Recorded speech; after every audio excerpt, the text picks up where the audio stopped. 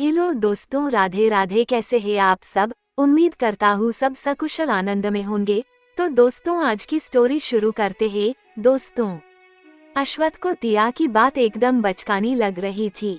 तिया बोली, आप एक गिफ्ट भी नहीं दे सकते? अश्वथ ने चैन की सांस ली और बोला, बस इतनी सी बात? तो तिया बोली, आपको ये छोटी बात लगती है? आपने मुझे कुछ नहीं दिया, उल्टा मेरा गला पकड़ लिया। आपको तो खुश होना चाहिए था, बिल्कुल मिराज भाई की तरह।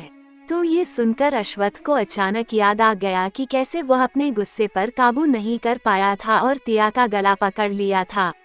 और यह याद करके वह सैद हो गया। उसे लगता था कि वो उसका बच्चा नहीं है। लेकिन जब आज तिया ने अपने पेट पर से उसका हाथ हटाया तो उसे बहुत बुरा लगा था। वो उसकी पीठ सहलाते हुए बोला, सॉरी छोटी गिलहरी, ऐसा दोबारा नहीं होगा। तिया अपनी बहती नाक अश्वथ के शर्ट में पोंछने लगी तो अश्वथ बोला, पोंछ लो अपनी नाक। तुम्हें पता है तुम रोते हुए बहती नाक के साथ बिल्कुल अच्छी नहीं लगती। अच्छे से पोंछो, मेरी फेवरेट शर्ट थी जिससे तुम अपनी नाक साफ कर रही हो। पता है कितनी महंगी है? पेरिस में खरीदा था। तो तिया ने उसके सीने पर 4 बार पंच मारा और बोली, आपको आपकी इस शर्ट की पड़ी है। आपसे बात नहीं करनी, आप बहुत बुरे हो। मुझे नहीं जानना ये कितनी महंगी है और कहाँ खरीदा है। आखिर लास्ट में बनेगा तो पोंछा लगाने का कपड़ा ही ना। और दूर हटने लगी तो अश्वथ ने उसे कसकर पकड़ लिया और बोला, आई एम जस्ट किडिंग। तुम पोंछ सकती हो अपनी नाक, मेरी हर चीज तुम्हारी है, कैसे भी यूज कर सकती हो। तो तिया बोली, आप बहुत बुरे हो, आपने तो मुझे कोई गिफ्ट भी नहीं दिया। आप तो बीच में ही अश्वथ बोला, बताओ क्या चाहिए, मैं अभी लाकर देता हूँ। तुम्हें खाना चाहिए या फिर चॉकलेट्स, मोमोज? तो तिया बोली, सच में मोमोज? और अपनी चमकती आंखों से देखा अश्वथ उसे ऐसे देख मुस्कुराते हुए बोला, हाँ, पर मोमोज और जंक फूड को छोड़कर कुछ भी। तो तिया का मुंह बन गया तो अश्वथ ने उसके गाल खींच लिए। तिया बोली, मुझे ये सब नहीं चाहिए, खाने की चीजें गिफ्ट में बच्चों को देते हैं, मैं बच्ची नहीं हूँ। आपको क्या मैं बच्ची लगती हूँ? अश्वथ को हंसी आ गई और वह बोला, अच्छा ठीक है, क्या चाहिए? डायमंड बैंगल्स, न्यू डिजाइन के और बहुत खूबसूरत बैंगल्स आए हैं, मैंने उसे रिजर्व करके रखा है, चाहिए? तो तिया बोली, नहीं बोलूंगी तो नहीं देंगे आप ना। वो हो, आप देना ही नहीं चाहते, पर मुझे नहीं चाहिए, मुझसे खो जाएंगे और मैं तो अच्छी बीवी हूँ, आपको परेशान बिल्कुल भी नहीं करती, आपकी सारी बात मानती हूँ। अश्वथ की आईब्रो ये सुनकर उठ गई। वह सोचने लगा, सच में वह उसकी सारी बात मानती है? सीरियसली उसे कभी पता क्यों नहीं चला? जब देखो तब यहाँ से वहाँ फुदकती रहती है। अब तो नखरे दिखाने भी शुरू कर दिए हैं। और तिया को देखा जो क्यूट सा चेहरा बनाकर उसे देख रही थी। अश्वथ बोला, हाँ तुम सारी बात मानती हो? तिया खुश होकर बोली, आप भी मानते हैं न कि मैं आपकी सारी बात मानती हूँ? आपको नहीं पता मुझे क्या चाहिए गिफ्ट में, मैं बताती हूँ। अश्वथ बोला, क्या चाहिए बताओ, मुझे जानना है, जिसके लिए तुमने लगभग मेरी जान निकाल कर रख दिया था। तो तिया बोली, मुझे ना मेरे बेबी के आने के बाद अपनी शादी धूमधाम से करनी है, जहाँ सब लोग हों, बड़ा सा मैरिज हॉल, सब लोग हो, मुझे मेहंदी भी लगवानी है, अपनी शादी में डांस भी करना है। वो अपने दिल के अरमान बताने लगी और अश्वथ उसे सुनने लगा और बोला, बेबी के आने के बाद क्यों? तिया बोली, अरे अगर बेबी ने हमारी शादी की एल्बम और वीडियो में खुद को नहीं देखेगा तो उदास नहीं हो जाएगा और रोने लगा तो? कि वह क्यों नहीं है, इसलिए समझ में आई बात, आप तो कुछ समझते ही नहीं, आपको नहीं पता क्या? अश्वथ उसे हैरान होकर देखने लगा। उसे ये लॉजिक कम बचकानी बात ज्यादा लग रही थी। उसका बच्चा क्यों उदास होगा या फिर रोएगा? सीरियसली उसका बच्चा रोएगा बस इसलिए कि वह अपने मम्मी डैडी की शादी के एल्बम फोटोज में नहीं है, इसलिए। तिया बोली, समझ आया, मैं नहीं चाहती ऐसी कोई सिचुएशन आए। आपको पता है, जब मैं और लिप्सा दी छोटे थे ना, तो वह इसलिए बहुत रोई और डैड को उनकी खुशी के लिए दोबारा शादी करनी पड़ी और फोटो खिंचवाया। उद्धरण चिन्ह। और उदास हो गई क्योंकि इस इंसिडेंट के साथ उसकी एक बुरी याद भी थी। अश्वत्थ ने जब हृदय अग्रवाल और लिप्सा का जिक्र सुना उसे बहुत गुस्सा आया और तिया पर भी कि उसने उसके बच्चे को लिप्सा के साथ कंपेयर करने की हिम्मत की। वह बोला, अपनी शेमलेस सो कॉल्ड बहन से मेरे बच्चे को कंपेयर मत करो, समझी, यह मेरा बच्चा है। मेरे बच्चे को उसके साथ कंपेयर मत करो और मेरा बच्चा एक छोटी सी बात के लिए रोने लगेगा, ये हो ही नहीं सकता। तिया उसे हैरान होकर देखने लगी और बोली, मेरा बच्चा आपके जैसा नहीं बनने वाला, हाँ बिल्कुल मुझ पर जाएगा, मेरे जैसे क्यूट, स्वीट और दी। बीच में ही अश्वत्थ बोला, दिमाग में तुम्हारी तरह हुआ तो हो गया कल्याण, मेरा बच्चा बेवकूफ हो ही नहीं सकता। तिया बोली, आप मुझे बेवकूफ कह रहे हो, आपको नहीं छोड़ूंगी, और अश्वत्थ को बेड पर धक्का देकर गिराया और पिलो से मारने लगी। ओरियन एक मीटिंग हैंडल करने एक रेस्टोरेंट में गया हुआ था और वहां उसने ओजल को एक लड़के के साथ देखा। दोनों खाना खा रहे थे और हंस कर बातें कर रहे थे। ओरियन को उस लड़के से जलन होने लगी। वो सोचने लगा कि क्या अब ओजल मैम उससे प्यार नहीं करती, क्या उसने गिव अप कर लिया। सच में उसे यकीन नहीं हो रहा था। ठीक है, उसने उसे भाव नहीं दिया था तो क्या वो उसे ऐसे छोड़ देगी, कोशिश नहीं करेगी। क्या सिर्फ भाव खाने का ठेका लड़कियों ने ही ले रखा है? लड़का लड़की एक समान तो लड़कों का भी हक है, वो ही क्यों लड़कियों के पीछे घूमे। और उसकी तो मजबूरी भी थी, क्या वो अपने भाई से बात नहीं कर सकती। और उस लड़के को घूरने लगा। वो लड़का दिखने में बहुत अच्छा था पर ओरियन के आगे चाय कम पानी जैसे ही था। उसका मन कर रहा था कि जाकर ओजल का हाथ पकड़कर खींच कर ले आए और उस लड़के के मुंह पर घूंसा दे मारे। उसकी हिम्मत भी कैसे हुई उसकी प्रिंसेस को डेट करने की। और उन दोनों को देखकर जल भूनकर वहीं खड़ा राख हो रहा था और खुद से बोला, अब से उन्हें लाइन दूंगा, पर अगर वो सच में इस लड़के को डेट कर रही हो तो मेरा क्या होगा? नहीं, ये बॉस के साथ धोखा करने जैसे होगा। वो कितना यकीन करते हैं मुझ पर, कोई बात नहीं, अच्छा ही है ओजल मैम आगे बढ़ रही हैं। It's a good thing, she is moving forward, who am I, her life her choice. वो बस उन्हें देखने लगा, फिर उसकी तंद्रा टूटी उसके फोन की वजह से। उसने जल्दी से फोन कॉल रिसीव किया और दूसरी तरफ जाकर बात करने लगा। ओजल जिस लड़के के साथ खाना खा रही थी उस लड़के ने ग्लास वॉल में ओरियन को देखा और बोला, हीरोज, लगता है तुम्हारा प्रिंस चार्मिंग भी यही है। तो ओजल बोली, ओरियन क्या बोल रहे हो रैश? तो रैश उसे ग्लास वॉल में दिखाते हुए बोला, वो देखो। तो ओजल ने देखा और हैरान रह गई। ओरियन ऐसे प्रिटेंड कर रहा था जैसे उसे पता ही नहीं है कि ओजल वहाँ है, बल्कि उसने भी रैश को खुद को देखते हुए देख लिया था। वह मन में बोला, सौतन कहीं का, और फिर अपना सिर झटका और दूसरी तरफ देखकर बात करने लगा। ओजल बोली, अरे ये तो मेरा प्रिंस चार्मिंग है। हाय, मेरा बॉडीगार्ड आज कुछ ज्यादा ही हैंडसम नहीं लग रहा है। और तभी उसकी नजरें आसपास पड़ी जहां लड़कियां ओरियन को देखकर अपनी आंखें सेंकने में लगी थी। ओजल को ये देखकर बहुत गुस्सा आया। वह दांत पीसते हुए बोली, क्या जरूरत थी इतना अच्छा तैयार होकर आने की? यह आया ही क्यों? रैश उसे हैरान होकर देखने लगा और मन में बोला, अभी तो कह रही थी कि कितना हैंडसम लग रहा है और अभी कह रही है कि इतना अच्छा तैयार होकर आया ही क्यों? ये लड़कियां भी ना, अब हम लड़के अच्छे से तैयार भी नहीं हो सकते। जरूर यही वजह होगी कि मिस्टर हैंडसम बॉडीगार्ड इससे पट नहीं रहे हैं। अरे मेरी माता, अगर ऐसा ही करोगी तो कैसे वह तुम्हारा बॉडीगार्ड से हस्बैंड बनेगा?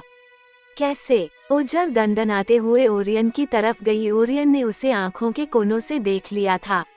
वह मन में बोला, यह ओजल मैम मेरी तरफ क्यों आ रही हैं? कहीं इनको मुझ पर शक तो नहीं हो गया? पर मैं कौन सा उनका पीछा कर रहा था? मैं तो यहाँ पर मीटिंग के लिए आया था और गलती से उसे उसके डेट के साथ देख लिया। अब मेरी आंखों ने देख लिया तो मेरी क्या गलती? गलती तो नजरों की है। और अनजान बनने की कोशिश करने लगा। कुछ देर बाद उसे लगा कि ओजल शायद उसकी तरफ नहीं आ रही थी। उसने चैन की सांस ली और फिर बात करके फोन अपने पॉकेट में रखा और जाने के लिए पीछे मुड़ा तो अचानक से डर गया और 2 कदम पीछे हट गया। वह इतना डर गया था जैसे किसी ने चोरी करते हुए पकड़ लिया हो। वह अपने सीने पर हाथ रखकर एक गहरी सांस लेकर बोला, ओजल मैम आपने तो डरा ही दिया था। और अचानक उसे एहसास हुआ कि ओजल उसे अजीब नजरों से देख रही है। वो एकदम से सकपका गया और बोला, आप मुझे ऐसे क्यों देख रही हैं? तो ओजल उसे घूरते हुए बोली, तुम्हें कितनी बार कहा है कि इतना सज धज कर कहीं भी मत जाया करो, खासकर वहाँ तो बिल्कुल भी नहीं जहाँ लड़कियाँ हो। तुम्हें पता भी है तुम कितने गुड लुकिंग हो। तुमने ना जाने कितनी लड़कियों को घायल कर रखा है। तो ओरियन उसे भौचक्का होकर देखने लगा। वह समझने की कोशिश कर रहा था कि वह कहना क्या चाहती है। उसने कब और कैसे किस लड़की को घायल किया? ठीक से ही तो कार चलाकर आया था, तो कौन घायल हुआ और उसे पता भी नहीं चला। उद्धरण चिन्ह। फिर उसने आसपास अपनी नजरें दौड़ाई तो पाया कि सारी लड़कियां उसे ताड़ रही थी। जब ओरियन उन्हें देख रहा था तो बदले में वो लड़कियां उसे स्माइल पास कर रही थी और हाथ हिलाकर हेलो कर रही थी। ओरियन अपने सिल्वर कलर के जुल्फों पर उंगलियां घुमाते हुए और शर्माकर बोला, अब इसमें मेरी क्या गलती है? मैंने थोड़ी ना कहा। तो ओजल को गुस्सा आ गया और उसने अपने दोनों हाथों से उसके कॉलर को पकड़ लिया और बोली, गलती तुम्हारी है, तुम्हारे गुड लुक्स की है। तुम इतने गुड लुकिंग क्यों हो? तो ओरियन उसके ऐसे कॉलर पकड़ने से अचकचा गया और बोला, मैम आप क्या कर रही हैं? सब हम ही देख रहे हैं, छोड़िए।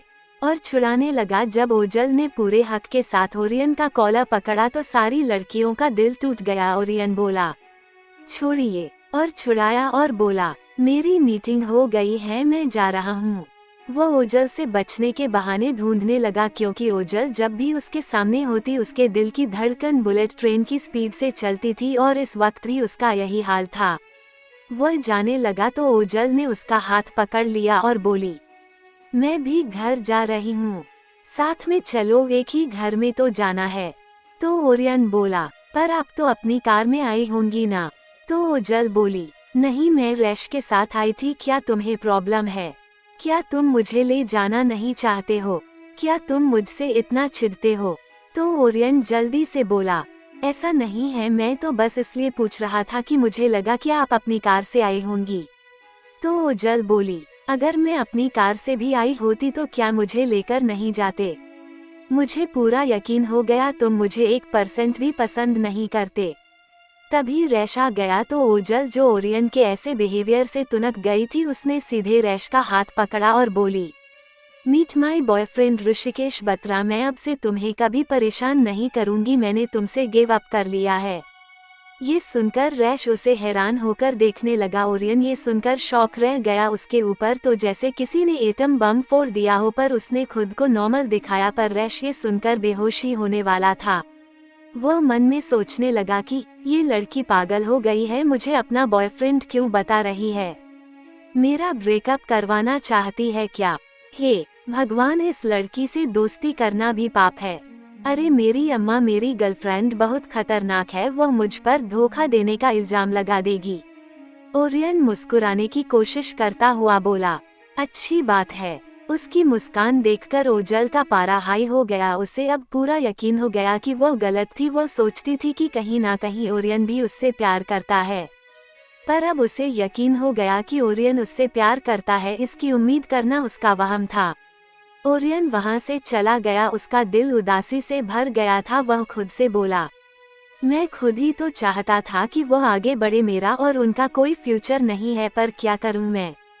और आसमान की तरफ देखने लगा। ओजल रैश का हाथ छोड़कर चली गई और बच गया ऋषिकेश, जिसकी हालत खराब हो गई थी। उसका मन कर रहा था कि दीवार पर अपना सिर पटक दे। वह बोला, अरे मैंने कौन सा पाप कर दिया है जो ये दिन देखना पड़ रहा है? मैं आया ही क्यों? ये छोरी मेरा ब्रेकअप करवा के मानेगी। और अपने बाल नोच लिए मिराज के घर में। मिराज की तो अलग ही खातिरदारी हो रही थी। ज्योति जी ने 1 महीने के लिए मिराज को मिस्टर मल्लिक के साथ एक ही रूम में शिफ्ट कर दिया था और खुद निया के रूम में शिफ्ट हो गई थी। मिराज इधर उधर चलते हुए बोला, मॉम को क्या जरूरत थी ऐसी पनिशमेंट देने की? उससे अच्छा तो मुझे चप्पल से मार ही लेती, लेकिन उन्होंने तो मुझे अपनी ही बीवी से और कमरे से दूर कर दिया। ऐसा लग रहा है जैसे मुझे देश निकाला दे दिया गया हो। तो मिस्टर मल्लिक बोले, मेरे लिए तो अच्छा है, मैं चप्पल खाने से बच गया और तुम्हें चप्पल खाने का शौक चढ़ा है। जब भी तुम्हारी सुताई होती है उसके साथ साथ उसका इफेक्ट मुझ पर भी पड़ता है। वो तुम्हारी मॉम और मेरी बीवी से पहले इस घर की हेड है बेटा। और तुम इतना क्यों बेचैन हो रहे हो? कौन सा तुम्हें अपनी फर्स्ट नाइट मनानी है? तो मिराज उनको घूर कर देखने लगा। मिस्टर मल्लक बोले, वैसे अश्वथ की छोटी गिलहरी ने एकदम सही कहा, बहू के साथ बच्चा फ्री। मुझे तो वह एकदम बच्ची ही लगी। मुझे तो यकीन ही नहीं हो रहा था कि वह 1 महीने से प्रेग्नेंट है। उसकी हरकतें भी एकदम बच्चों जैसे थी। उसकी माँ तो बहुत मैच्योर भी थी, पर यह एकदम बच्ची है। और हंसने लगे तिया की हरकतों को याद करके। मिराज बोला, अरे याद आया डैड, आपकी हेल्प चाहिए। तो मिस्टर मल्लिक बोले, कैसी हेल्प? और तुम्हें कब से हेल्प की जरूरत पड़ने लगी?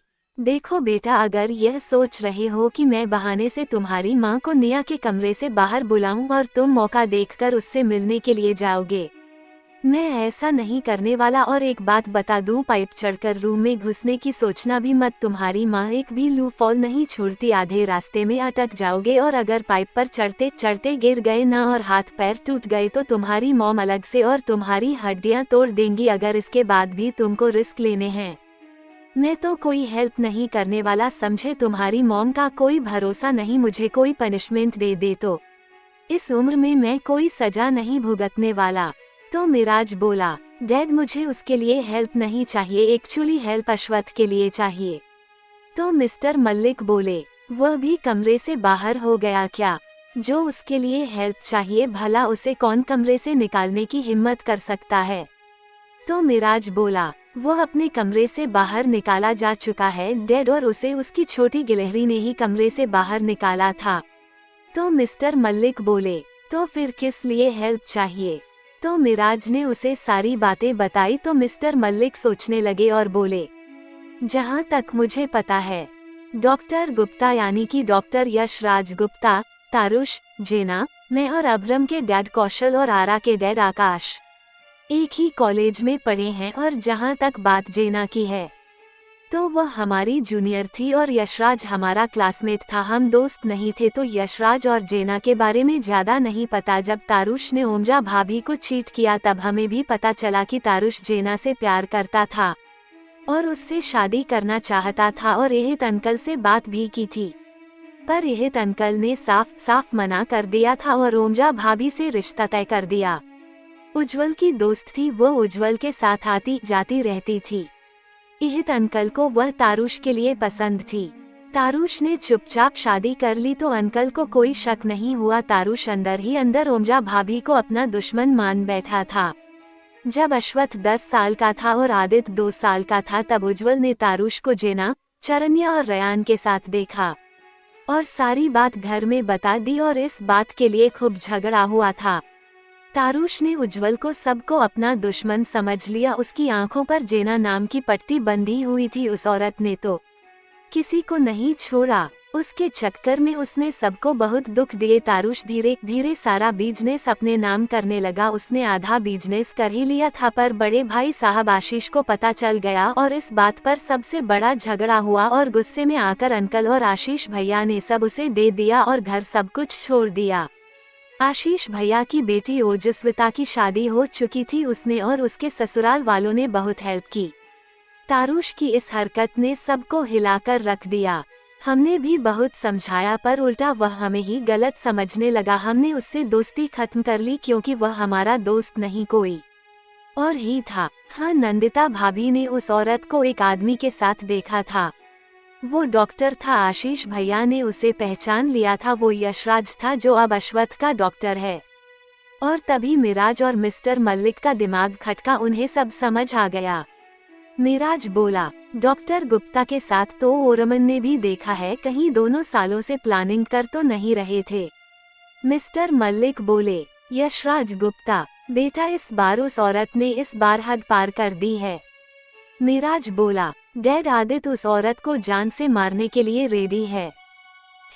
हमने सोचा नहीं था। अश्वथ अब ज्यादा देर तक भ्रम में नहीं रहेगा।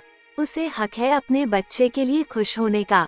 मिस्टर मल्लिक ने उसके कंधे पर हाथ रखा। अनंतिका जब अपने घर पहुंची तो उसके घर का दरवाजा ओपन था। इस वक्त उसने काले रंग की टी शर्ट और रिप्ड जीन्स पहन रखी थी और पैरों में वाइट शूज पहन रखे थे और टी शर्ट के ऊपर रेड कलर की शर्ट पहन रखी थी। दरवाजे को ओपन देखकर उसके चेहरे का रंग उड़ गया और वो भागते हुए अंदर गई और अंदर का सिनारियो देख उसके पैरों तले जमीन खिसक गई। वहाँ बहुत सारे लोग थे और एक 12 साल के बच्चे को पकड़ रखा था और सबके पास गन्स थी। अनंतिका बोली, how dare you touch my brother. उन लोगों ने काले रंग के कपड़े पहन रखे थे और वेल ट्रंड थे। उनमें से एक जो उनका लीडर लग रहा था और उसके शर्ट में एक बैज लगा था और उसमें चील बना हुआ था, वह बोला, हे अनंत, बड़ी मुश्किल से मिली हो तुम, इस घर में रह रही हो सीरियसली? कितना छोटा घर है। तो अनंत बोली, just shut up Danny, and how dare you even come here. तो डैनी बोला, अनंत, मुझे अफसोस है कि तुम्हारी ऐसी हालत के जिम्मेदार कहीं ना कहीं हम हैं, पर कोई बात नहीं, वापस आ जाओ अनंत, तुम्हारी फैमिली हम हैं, कम बैक। तो अनंत बोली, डैनी, मैंने वह काम छोड़ दिया है, समझ में आई बात, और एलेन ने खुद मुझे फ्री कर दिया था और तुम सब मुझे परेशान नहीं कर सकते, वरना तुम भी अच्छे से जानते हो कि मैं क्या बला हूँ। मुझे प्रोवोक करना बंद करो। वो वार्निंग देते हुए बोली। उसे अब उनसे चिढ़ हो रही थी। तो डैनी बोला, आई नो अनंत, पर हमें जरूरत है तुम्हारी, और वैसे भी एलेन अब कोमा में है। अब मैं बॉस हूँ और तुमने एग्रीमेंट साइन किया है कि जब भी हमें जरूरत होगी तुम्हें हमारे पास वापस आना होगा। वैसे काम एक ही करना है तुम्हें, यह आखिरी बार होगा सच में। अनंत डैनी को अच्छे से जानती थी, वो उसे अपनी बातों में लेने की कोशिश कर रहा था, पर वह भी कोई बेवकूफ नहीं थी। उसका पाला जिंदगी में ऐसे कई लोगों से पड़ चुका था। एक बार के लिए तो वो अपने दुश्मन पर भरोसा कर सकती थी, पर डैनी पर नहीं। वो अच्छे से जानती थी कि अगर एलेन होता तो उसकी इतनी हिम्मत नहीं होती। वो जानती थी कि एलेन जरूर डैनी की वजह से ही कोमा की हालत में पहुंचा होगा।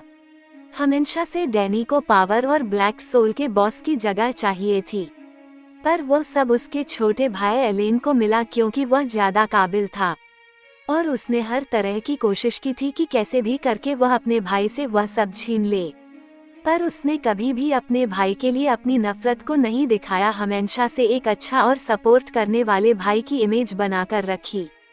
अनंत के लिए वह 2 मुंह वाला सांप ही था। डैनी बोला, अनंत, मैं झूठ नहीं कह रहा हूँ, आई नो तुम मुझे कभी भी एलेन को जितना पसंद करती थी उतना नहीं किया। अनंत बोली, मैं एलेन को दोस्त के तौर पर पसंद करती थी, और जहाँ तक तुम्हारी बात है, तुम्हें मैं कभी पसंद क्यों करूँगी जो पावर के लिए अपने भाई के साथ धोखा करे। डैनी अपने माथे पर उंगलियां चलाते हुए बोला, ओह अनंत, यही तो तुम्हारी खासियत है, लॉयल्टी, वो भी एलन के लिए। ब्लैक सोल में कोई इतना लॉयल नहीं होगा जितना तुम हो। एलन की तुम ऐसे ही राइट हैंड नहीं थी। यतीम भी एलन को छोड़कर जा चुका है, उसे भी तुम्हारी तरह आम जिंदगी जीना था। एलन के बारे में सोच लेते। वेल, तुम्हें हमारा काम करना होगा। वो तुम ही थी जिसने आज से 7 साल पहले अश्वत्थ आर्यन को लगभग मार डाला था, और वो तुम ही थी जिसने उसे हॉस्पिटल पहुंचाया था। ये कहते हुए उसके चेहरे के हाव भाव बदल गए। तो अनंत बोली, अगर नहीं किया तो क्या कर लोगे? एलेन के कोमा में होने का फायदा उठा रहे हो सीरियसली? वह तुम्हारा भाई है डैनी।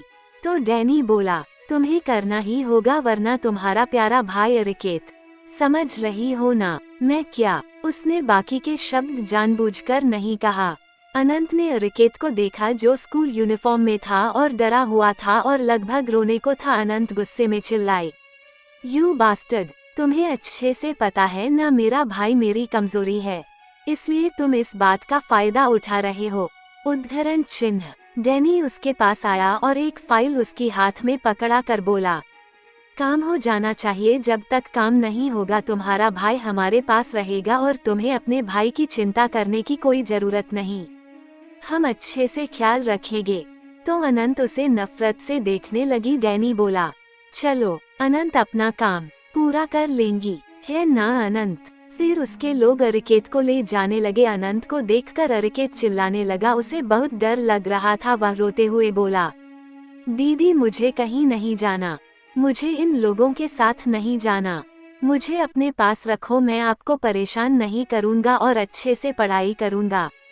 तो अनंत से रहा नहीं गया और उसने फाइल फेंक दिया और एक्शन मोड में आ गई और उन पर टूट पड़ी डैनी और उसके लोगों ने इसकी उम्मीद नहीं की थी कि अनंत इतने साल बाद भी वैसी की वैसी होगी। डैनी और उसके लोग जानते थे कि अनंत कितनी खतरनाक थी। वो सिर्फ शक्ल से मासूम थी पर अंदर से काफी खतरनाक इरादे रखती थी। सब उससे लड़ने के लिए तैयार हो गए पर अनंत उनसे ज्यादा तेज थी। वो उन्हें खुद को डिफेंड करने का भी मौका नहीं दे रही थी और ताबड़तोड़ पीट रही थी। वो सिर्फ अपने भाई से ही प्यार करती थी, वही उसकी इकलौती कमजोरी थी। डैनी की भी हालत खराब थी, वो फर्श पर गिरा पड़ा था। उसने अनंत को देखा जो उसके लोगों को पीट रही थी। उसने इधर उधर नजरें घुमा कर देखा तो उसे अरिकेत सोफे के पीछे छिपा दिखाई दिया। उसके होठों पर शैतानी मुस्कुराहट खिल गई। उसे वो मिल गया जो अनंत को काबू में कर सकती थी। मिराज ने जब आदित्य को डॉक्टर यशराज गुप्ता वाली बात बताई तो आदित्य बोला, मुझे पूरा यकीन था इस सब में उस औरत का हाथ है।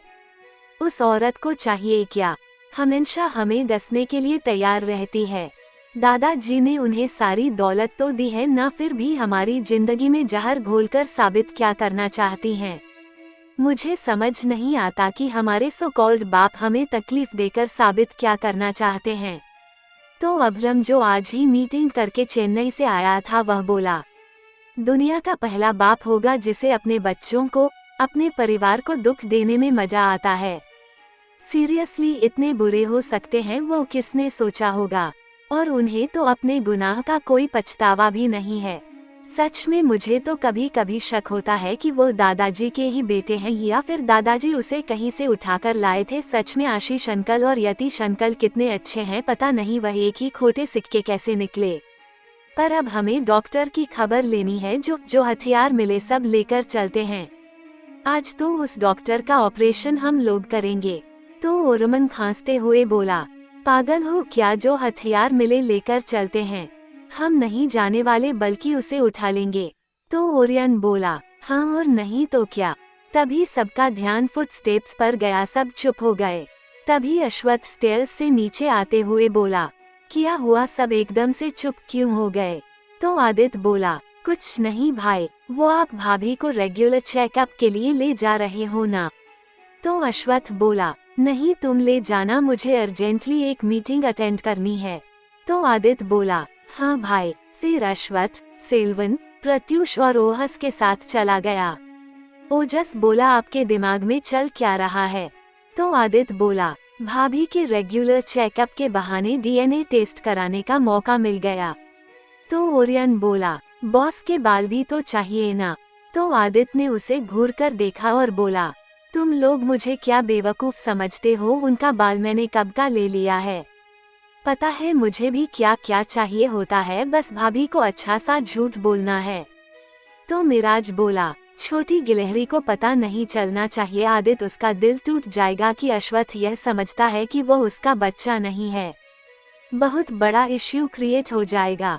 आदित्य बोला, ऐसा कुछ नहीं होगा, सारी गलती उस डॉक्टर की है। भाभी नहीं जानती, हमारे बाप को ही हमसे प्रॉब्लम है। उन्हें पता नहीं था कि तिया ने सब सुन लिया था और यह सब सुनकर उसे सारी बात समझ आ गई थी। अश्वत्थ क्यों ऐसे रिएक्ट कर रहा था, उसकी आंखें छलक आई और उसने अपने दोनों हाथों को अपने पेट के इर्द गिर्द लपेट लिया।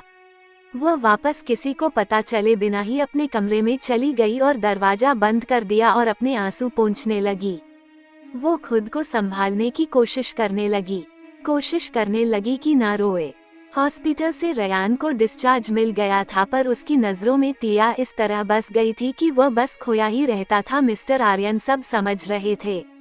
वह रयान के पास बैठकर बोले, क्या तुम्हें वह लड़की पसंद है? रयान ने उन्हें देखा और बोला, हाँ dad, I think I love हर। तो मिस्टर आर्यन बोले, ओके मैं उसके बारे में पता लगवाता हूँ, तुम्हारी शादी उससे ही होगी। तो रयान खुश होकर बोला, thank you so much dad, you are best, और उनके गले लग गया। वहीं ओरियन डॉक्टर गुप्ता को किडनैप कर चुका था और आदित्य और अभ्रम तिया को हॉस्पिटल चेकअप कराने ले गए थे और उन्होंने डॉक्टर सेन से बात कर ली थी। तिया जो सब जान गई थी, उसने डॉक्टर सेन या किसी से भी कोई सवाल नहीं किया। वह सब जानकर भी अनजान होने का दिखावा कर रही थी। चेकअप हो जाने के बीच में ही डॉक्टर सेन ने डीएनए टेस्ट के लिए डीएनए ले लिया था और तिया जानकर भी अनजान रही और डीएनए टेस्ट के लिए लैब भेज दिया था। डॉक्टर सेन बोली, कल सुबह रिपोर्ट आ जाएगी, मैं एक बार खुद चेक कर लूंगी। तो आदित्य बोला, हाँ एंड सब ठीक है ना? तो डॉक्टर सेन बोली, हाँ बस वह अपना अच्छे से ध्यान रखें। तो आदित्य बोला, हम और बाकी रिपोर्ट्स लेकर आया। तिया कार में अभरम के साथ वेट कर रही थी। मिराज घर आया और अपनी मां को किचन में बिजी देखकर दबे पांव अपने कमरे की तरफ गया। उसे अच्छे से पता था उसकी मां निया को बेड से उतरने भी नहीं देती थी। उसका अच्छे से ख्याल रखने का, उसके खाना खाने तक का जिम्मा उन्होंने उठा लिया था। निया बेड पर बैठकर बुक पढ़ रही थी। मिराज जल्दी से अंदर गया और डोर धीरे से बंद कर दिया। आवाज सुनकर निया ने सिर उठाकर देखा। वो हैरान रह गई। मिराज को देखकर वो आंखें बड़ी करके उसे देखने लगी। मिराज जल्दी से आया और उसे कसकर गले लगा लिया। निया बोली, आप यहाँ क्या कर रहे हो? मम्मी ने आपको मना किया है ना? तो ये सुनकर मिराज का मुंह बन गया। वह उससे दूर होकर बोला, तुम भी मेरी मॉम की तरह मुझे दूर कर रही हो। तो निया बोली, मेरा वो मतलब नहीं था। आपने मम्मी से पूछा? तो मिराज इधर उधर देखते हुए बोला, हाँ पूछ लिया। अब तुम ऐसे पूछना बंद करो, तुम तो बड़ी खुश हो मुझसे दूर रहकर। तो निया बोली, अभी 24 घंटे भी नहीं हुए हैं, आप ऐसे पागलों जैसे बिहेव कर रहे हैं। अगर मिराज को किसी और ने पागल कहा होता तो अब तक उसकी हड्डियां तोड़ चुका होता, पर ये तो उसकी बीवी ने कहा, जो उसके लिए आई लव यू से कम नहीं था।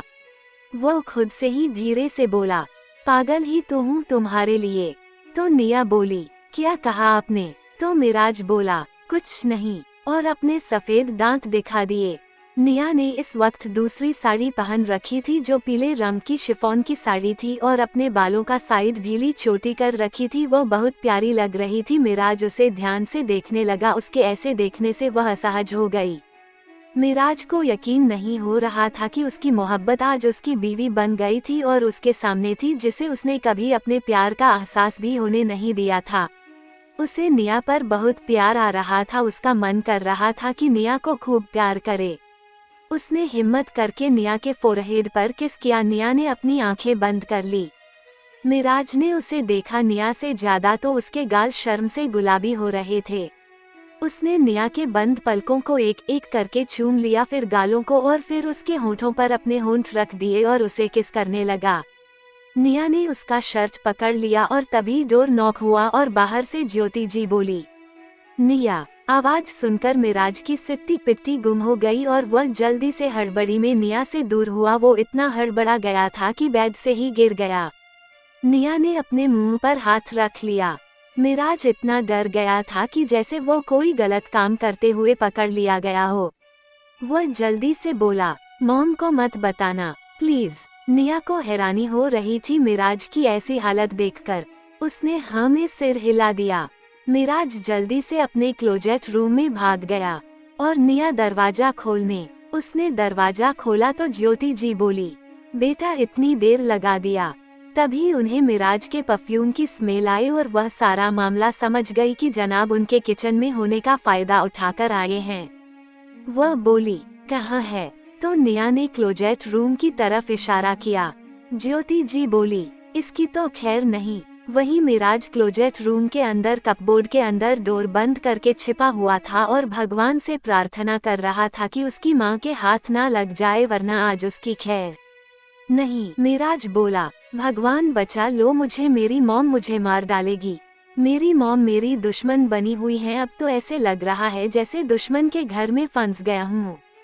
पता नहीं आप किस गलती की सजा दे रहे हो। अपने ही घर में अपने ही कमरे में छिपकर आने की नौबत आ गई है। ऊपर से अब मैं अपनी मॉम के हत्थे चढ़ने वाला हूँ। वो अपनी शिकायतें कर ही रहा था कि और तभी कपबोर्ड का दरवाजा खुला और मिराज का खोलने वाले शख्स को देखकर गला सूख गया। ज्योति जी उसे घूर कर देख रही थी। मिराज की हालत रोने जैसी हो गई थी। उसने ज्योति जी के पीछे निया को देखा जो सिर झुकाकर खड़ी थी। मिराज को समझने में देर नहीं लगी। वो खुद की किस्मत को कोसने लगा। उसकी बीवी ने ही उसे पकड़वा दिया था। वो मन में बोला, क्या कोई झूठ नहीं बोल सकती थी? यूं मुझे पकड़वाने की क्या जरूरत थी, मेरी फिक्र ही नहीं है।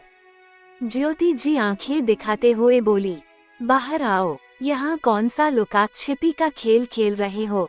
मिराज डरते हुए बाहर आया और जल्दी से बोला, मॉम मैं बस निया को देखने आया था और कुछ नहीं। तो ज्योति जी उसे अजीब नजरों से देखने लगी और बोली, अच्छा ऐसे छिपकर मुझसे पूछ लेते और कुछ नहीं का क्या मतलब। कुछ नहीं का कुछ नहीं और क्या, मिराज ने जवाब दिया। तुम कब से लिपस्टिक लगाने लगे। ज्योति जी उसे घूरते हुए बोली। ये सुनकर मिराज बोला, मॉम मैं लड़की थोड़ी हूँ जो लिपस्टिक।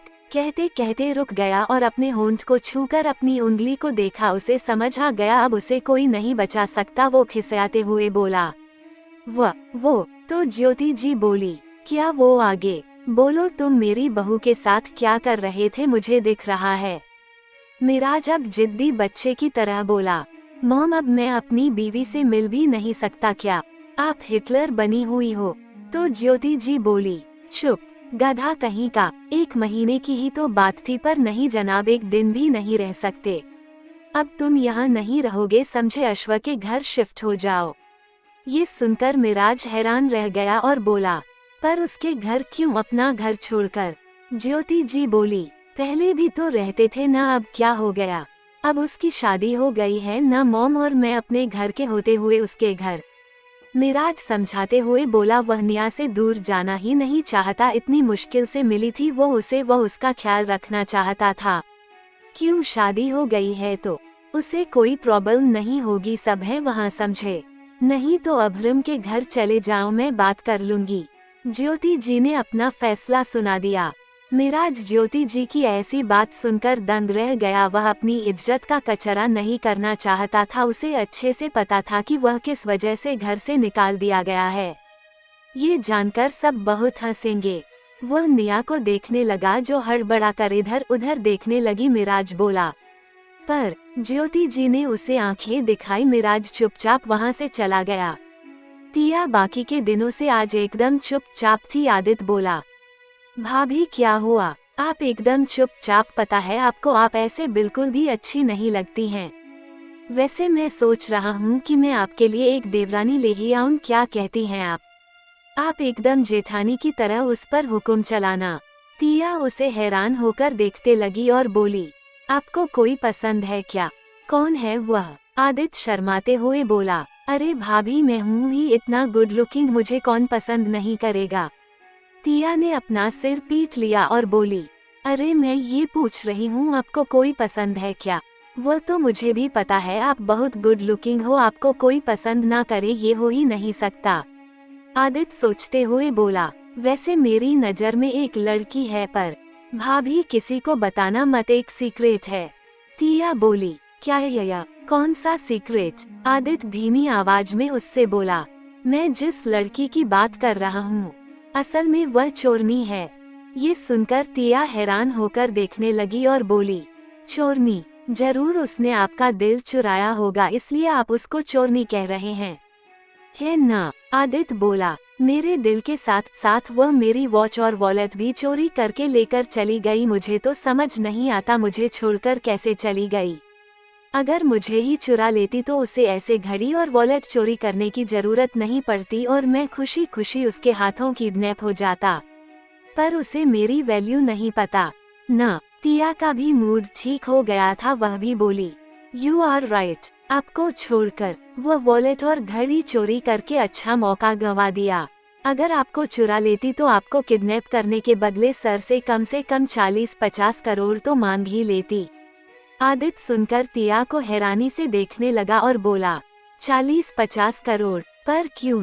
तिया बोली, कम है क्या। ठीक है फिर 100-200 करोड़ ये कीमत ठीक है।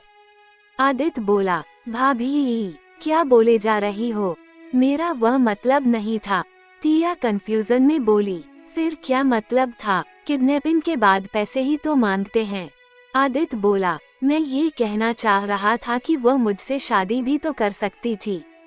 मुझसे शादी करती तो वह मालकिन बन सकती थी, और मैं तो हूँ ही सर्वगुण संपन्न। ये सुनकर तिया उसे हैरान होकर देखने लगी। तभी आदित्य का फोन बजने लगा। आदित्य ने फोन की स्क्रीन को देखा। ओरियन उसे फोन कर रहा था। वह बोला, भाभी आप रेस्ट करो, मैं जरूरी काम से चलता हूँ, और चला गया। उसके जाते ही तिया फिर से उदास हो गई और फिर से वही सब सोचने लगी। फिर उसने अपने ख्यालों को झटका और आज रात का डिनर खुद बनाने का सोचा, अपना ध्यान भटकाने के लिए, और किचन में चली गई। ओजल बहुत गुस्से में थी, उसे ओरियन का इस तरह का बिहेवियर अंदर तक तोड़ गया था। वह घर आई और सीधे अपने कमरे में चली गई और जाकर बंद हो गई और बोली, बहुत हो गया, इसके पीछे पागलों की तरह पड़ी हुई हूँ और इसे तो कोई परवाह ही नहीं है। अब बहुत हुआ, अब मैं उसे इग्नोर करना शुरू कर दूंगी, इनफैक्ट उसे अटेंशन ही नहीं दूंगी, फिर समझ आएगा मेरा दिल तोड़ के रख दिया है। और अपना बैग बेड पर फेंक दिया और नहाने चली गई। अग्रवाल हाउस में हृदय आज जल्दी से घर आ गए थे। ईदिया घर पर नहीं थी, बस लिप्सा ही थी। लिप्सा को तो पता ही नहीं था कि उसके डैड घर आ गए हैं।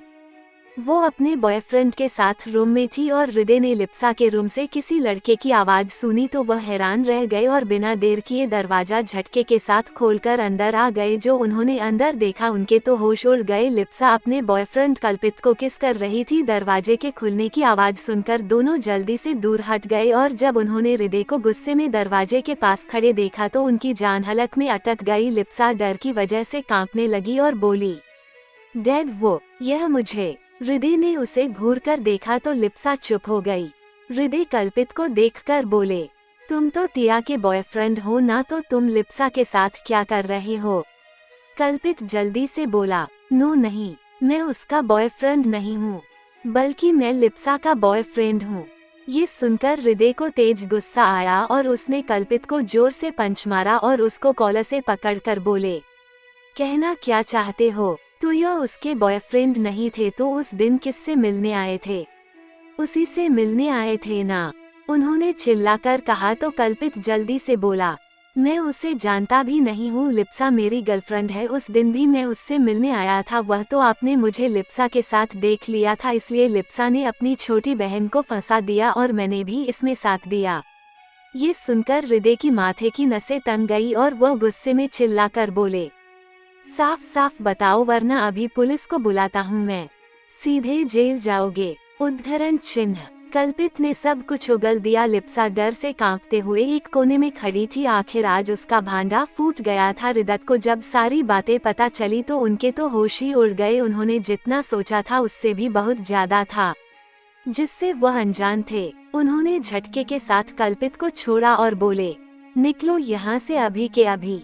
कल्पित छूटने के बाद वहां से भाग गया। लिप्सा डर से कांप रही थी। हृदय ने उसे अपने गुस्से से लाल आंखों से देखा और उसके सामने गए और ना कुछ पूछा ना कुछ सुना, सीधे उसके गाल पर थप्पड़ जड़ दिया। लिप्सा सीधे फर्श पर गिरी और रोने लगी और बोली, I am really sorry dad, वह मैं डर गई थी इसलिए मैंने तिया को फंसा दिया कि वह उसका बॉयफ्रेंड है। I am really sorry dad, हृदय चिल्लाकर गुस्से में बोले, तुम्हारे सॉरी कहने सब कुछ ठीक नहीं होने वाला, मुझे पहले ही समझ जाना चाहिए था, पर उस दिन मेरी मति मारी गई थी जो तुम्हारी और तुम्हारी माँ की बातों पर यकीन कर लिया। अब बताओगी तिया कहाँ है? लिप्सा डरते हुए बोली, मुझे नहीं पता, आई डोंट नो डैड। हृदय ने उसके आर्म को पकड़कर उसे खड़ा किया और बोले, मुझसे झूठ बोलने की हिम्मत मत करना, उस दिन देखा था ना मैंने तिया की क्या हालत की थी, तुम्हारी उससे भी बुरी करूंगा, मजाक समझ रखा है, तुम्हारी वजह से मैंने उसे इतनी तकलीफ दी, पता नहीं उसे क्या क्या कहा, अब बताओगी या फिर तुम्हारी भी वही हालत करूं?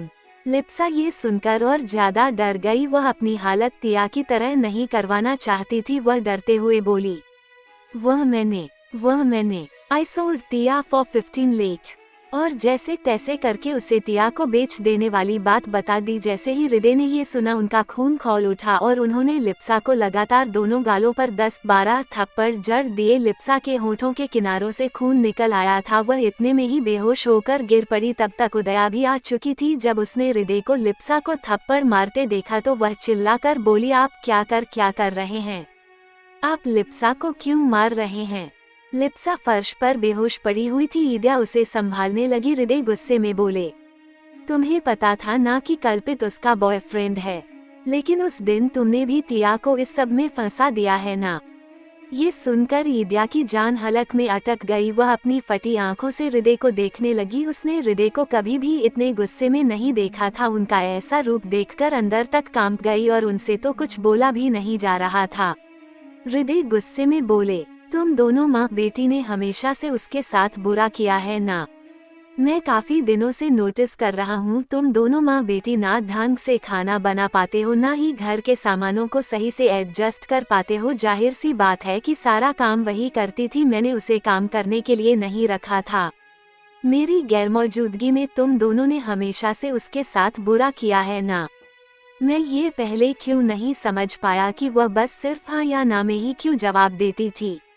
हृदय को खुद पर ही गुस्सा और शर्म दोनों आ रही थी कि उनकी वजह से पता नहीं तिया किस हालत में होगी, क्योंकि लिप्सा के हिसाब से उसने तिया को बेच दिया था। कहीं तिया ने कोई गलत कदम तो ना उठा लिया हो, या उसके साथ कुछ गलत ना हुआ हो। वह खुद को कैसे माफ कर पाएंगे, ये सोचकर ही उनकी रूह कांप गई और वह वहां से निकलकर चले गए। ईदिया की हालत खराब हो गई थी कि अब पता नहीं हृदय उनके साथ क्या करेंगे। सहाय सदन में जब मिस्टर सहाय को होश आया तो उन्होंने अभी तक चार्वी और मिसेज सहाय को अपने घर में देखा और चिल्लाकर अपने सर्वेंट को आवाज लगाई। जल्दी से 2 सर्वेंट आ गए। मिस्टर सहाय बोले, अभी तक ये दोनों यहाँ पर क्यों है? क्या मैंने नहीं कहा था कि ये दोनों यहाँ से चली जाए? ये दोनों अभी तक क्यों हैं? दोनों सर्वेंट ने अपना सिर झुका लिया। मिसेज सहाय बोली, आप ऐसा क्यों कह रहे हैं? माना कि हमसे गलती हो गई, चार्वी से गलती हो गई है। माफ कर दीजिए, वह आपकी बेटी है, आप उसके साथ ऐसा कैसे कर सकते हैं? मिस्टर सहाय चिल्ला कर बोले, मुझे नहीं पता, निकलो यहाँ से। तुम लोगों ने मेरी बेटी की जिंदगी बर्बाद कर दी। मैं हमेशा से समझता था कि निया ने गलतियां की है, जबकि सच तो ये था कि उसने कभी कुछ गलत किया ही नहीं था, बल्कि उसके सर किसी और की गलतियां थोप दी गई थी। शायद मैंने जो पाप किया है उसी की सजा आज मुझे मिल रही है, और तुम दोनों को यहाँ रखकर मैं वही गलती नहीं कर सकता। अगर आज से सालों पहले अगर मैंने चार्वी के बारे में सोचकर ही तुम्हें शेल्टर ना दिया होता तो आज हालात कुछ और होते। मेरी बीवी जिंदा होती और मेरी बेटी मुझसे इतनी नफरत नहीं करती। और उनकी आवाज रुंध गई और आंखों में आंसू आ गए। चार्वी का ही सोचकर मैंने निया की मॉम के डेथ के 2 साल बाद तुमसे शादी की थी, पर पता नहीं था कि तुम कभी बदल ही नहीं सकती। तुम सिर्फ अच्छा इसलिए बन रही थी क्योंकि मेरे पास पैसा था, दौलत थी, ऊंचा रुतबा था। अगर मिस्टर मलिक चार्वी के काली करतूतों को इंटरनेट पर डाल भी देते हैं तो मुझे कोई फर्क नहीं पड़ता। मुझे फर्क नहीं पड़ता कि मेरी इज्जत की कितनी धज्जियां उड़ेगी। मैं अपनी ही बेटी की नजरों में इस हद तक गिर चुका हूँ कि अब शायद वो मुझे माफ कर पाएगी। अब मुझे जीने की भी कोई इच्छा नहीं है, वह अफसोस से कहने लगे। उनकी आवाज में गिल्ट साफ पता चल रही थी। फिर उन्होंने अपने लोगों को देखा और फैसला सुनाते हुए बोले, शेखर, अनिल दोनों को घर से धक्के मार कर निकालो। मैं इन्हें एक पल के लिए भी बर्दाश्त नहीं कर सकता। मिसेज सहाय गिड़गिड़ाते हुए बोली, आप ऐसा नहीं कर सकते, हम कहाँ जाएंगे? मिस्टर सहाय ने उन्हें अपनी जलती हुई आंखों से देखा। चार्वी भी बोली, dad, I am real sorry, मुझसे बहुत बड़ी गलती हो गई है, प्लीज माफ कर दीजिए। जब मैंने सारा इल्जाम निया के ऊपर लगा दिया था तो आपने उसे घर से नहीं निकाला था, हमारे साथ ऐसा क्यों? और दोनों माँ बेटी ऐसा ना करने के लिए भीख मांगने लगे और मिस्टर सहाय की और ज्यादा तबीयत खराब हो गई और उन्हें हॉस्पिटल में एडमिट करना पड़ा। एक अंधेरे कमरे में डॉक्टर गुप्ता को होश आया। उन्हें अपनी आंखों के सामने अंधेरा ही अंधेरा नजर आ रहा था। उन्होंने झट से अपनी आंखें बंद कर ली और दोबारा आंखें खोली और उन्हें महसूस हुआ कि वह चेयर पर बंधे हुए हैं। तभी उस कमरे की लाइट ऑन हुई और अचानक से रोशनी होने की वजह से उनकी आंखें जल्दी से बंद हो गई और उन्होंने दोबारा आंखें खोली और अपने सामने अब्रम बजाज, आदित्य आर्यन और औरतन, जिसे सिल्वर हेयर वाला मॉन्स्टर कहा जाता था, उसे देखकर उनके होश उड़ गए। उन्हें समझ नहीं आ रहा था कि उन्होंने उसे किसने किडनैप किया है। अब्रम ने जग का पानी उनके मुंह पर फेंका और बोला, मैं ज्यादा बकवास नहीं करूंगा, सीधे पॉइंट पर आ रहा हूँ। क्यों डॉक्टर की डिग्री क्या मिल गई और डॉक्टर क्या बन गई? लोगों के साथ, उनकी जिंदगी के साथ खिलवाड़ करने का राइट मिल गया। डॉक्टर भगवान होते हैं और तुम तो डॉक्टर नहीं, राक्षस हो। ये सुनकर डॉक्टर गुप्ता उसे हैरान होकर देखने लगे और बोले, क्या बकवास किए जा रहे हो? मैंने किसकी जिंदगी के साथ खिलवाड़ किया है? आदित्य बोला, मेरे भाई के साथ। मेरे भाई अश्वत्थ आर्यन के डॉक्टर होना। जब डॉक्टर गुप्ता ने ये सुना उनके पसीने छूट गए। वह अटकते हुए बोले, अश्वत्थ, पर हुआ क्या है? तीनों ने उसकी घबराहट को नोटिस कर लिया। अभ्रम बोला, मिसेज जेना आर्यन को कैसे जानते हो? साथ में कॉलेज पास किए हो ना? सीधे सीधे बोलो वरना। और अपनी कमर के पीछे से एक लोडेड गन निकाल लिया और बोला, वरना सीधे खोपड़ी उड़ा दूंगा। और धमकी नहीं है, समझे? गन को देखकर डॉक्टर गुप्ता की सिट्टी पिट्टी गुम हो गई, पर वह अनजान बनते हुए बोले, क्या हुआ है अश्वत्थ को? और मुझे ऐसे किडनैप करने का क्या मतलब है? आदित्य, जिसे दुनिया जहान का गुस्सा आ रहा था, उससे बिल्कुल भी बर्दाश्त नहीं था कि कोई उसके भाई को नुकसान पहुंचाए। यहाँ तो उसके भाई के बच्चे की बात थी और अश्वत्थ को डॉक्टर गुप्ता धोखा दे रहे थे। उसने एक लोहे का रॉड पकड़ रखा था। उसने बिल्कुल भी नहीं सोचा और डॉक्टर गुप्ता के पैरों को रॉड से मारने लगा। डॉक्टर गुप्ता दर्द के मारे चीखने चिल्लाने लगे। कुछ देर बाद आदित्य रुक गया। डॉक्टर गुप्ता के पैरों से खून निकलना शुरू हो गया था और वह दर्द से तड़प रहे थे। आदित्य बोला, देख डॉक्टर, मुझे अच्छे से पता है तुम मेरे सो कॉल्ड बाप तारुष आर्यन को जानते हो और उनकी बीवी जेना को भी। इसलिए ये ज्यादा ना जानने का नाटक करने की जरूरत नहीं है, वरना तुम्हारे हाथों की उंगलियां काट के फेंक दूंगा। अब जल्दी बताओ मेरे भाई को कोई प्रॉब्लम नहीं है ना? डॉक्टर गुप्ता ये सुनकर दंग रह गए। उन्होंने सोचा भी नहीं था कि यह बात किसी को पता चल जाएगी। आदित्य चिल्लाकर बोला, answer me, my brother can be become father, they have the ability to produce children. और उनके चेहरे पर एक तेज पंच मारा कि डॉक्टर गुप्ता के जबड़े हिल गए। वह दर्द से चीख पड़े। अभ्रम बोला, come on tell me soon, is this all Mrs Jena walk? Doctor Gupta बोले, yes, Ashwath has no problem. I told him a lie and showed a false report. ये सुनकर ओरियन बोला, But why? उन्होंने तुम्हारा क्या बिगाड़ा है? अगर मिस्टर तारीफ आर्य ने तुम्हारा कुछ बिगाड़ा है तो उनसे बदला लो ना, बॉस से क्यों ले रहे हो? डॉक्टर गुप्ता बोले, मैं उससे बदला लेने की हिम्मत भी नहीं कर सकता और वैसे भी उसने मेरा कुछ नहीं बिगाड़ा है। आदित्य चिढ़कर बोला, तो फिर तुमने ये सब क्या अपने मजे के लिए किया? ये सुनकर डॉक्टर गुप्ता बोले, ये सब मैंने जेना के कहने पर किया। She is my sister. ये सुनकर तीनों उसे शॉक्ड होकर देखने लगे। यह उन पर बिजली गिरने के जैसा था। आदित्य जल्दी से बोला, क्या कहा? वह तुम्हारी बहन है? सीरियसली?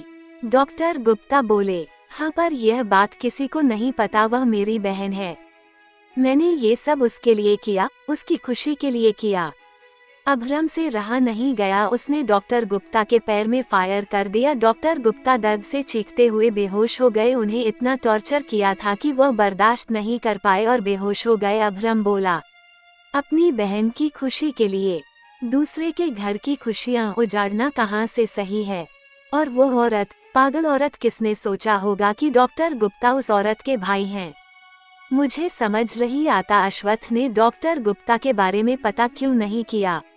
ओरियन कुछ सोचते हुए बोला, इसलिए क्योंकि अभी ही डॉक्टर गुप्ता ने बताया कि किसी को भी नहीं पता कि वो दोनों भाई बहन है, तो बॉस ने भी इतना ध्यान नहीं दिया होगा और डॉक्टर पर कौन शक करता है?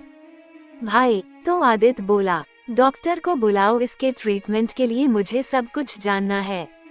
पर मुझे बहुत खुशी है कि भाई को जब ये बात पता चलेगी तो कितने खुश होंगे कि जिसे वह किसी और का बच्चा समझ रहे हैं, वो उनका ही बच्चा है।